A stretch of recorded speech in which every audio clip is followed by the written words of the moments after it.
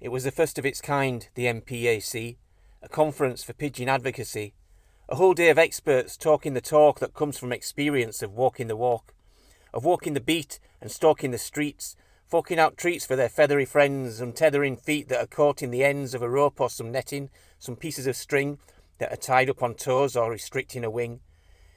It was inspiring, some voices to speak for the birds, no twittering from twitchers or nattering from nerds, but from incredible people with powerful words. It started with an introduction from the people's choice, the pigeon lady known as Sue Joyce, the little green pigeon with the big booming voice, calling for a complete ban, an end to pigeon racing, and for us to join the Harpers Fund and help with the problems they're facing. Next up came Kevin Newell and his Humane Wildlife Solutions, helping us to understand the complex convolutions of the laws regarding rescuing a bird that's trapped in netting, or to let us know how he can help us stop the birds from fretting. A one-man problem solver who controls unwanted pests. That's human pests who test good-natured heroes on a quest. Jennifer Beasley bared her heart and her knowledge to talk to us next.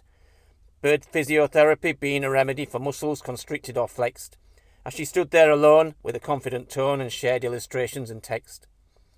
Then came lunch and we all went to munch on a good choice of plant-based treats. Vegan burgers and bakes, some incredible cakes made us greedily fill up on sweets. Then a documentary screening by Yammer Ralph, though the film shown was far from complete. A monochrome setting, a pigeon subletting a room with a view on the street. Next was a vet. We were lucky to get information from Dr. Saunders. How to give birds peace from the street to release all the do's and the don'ts that he warned us. Anissa Malik was the next one to speak on first aid, how to manage a wound. She's a veterinary nurse and her veterinary verse was reliable, sound and fine-tuned. After that, Billy Savage spoke of the ravage that stringfoot can do to a bird, cutting through the delays and unravelling ways that we might have before never heard. Shakira 3 Miles then brought out the files to show us the best way to care.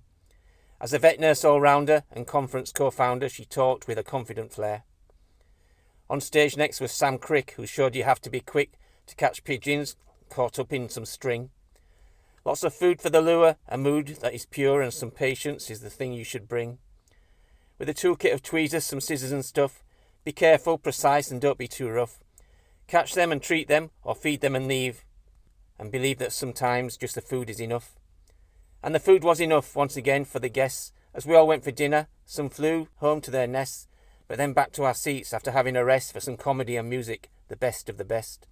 Introduced by JP, she was plant-braced as can be, the brightest dawn chorus you ever did see, with hilarious jokes and a quiz show or 3, some bird songs, some silliness from some weird part of Lee.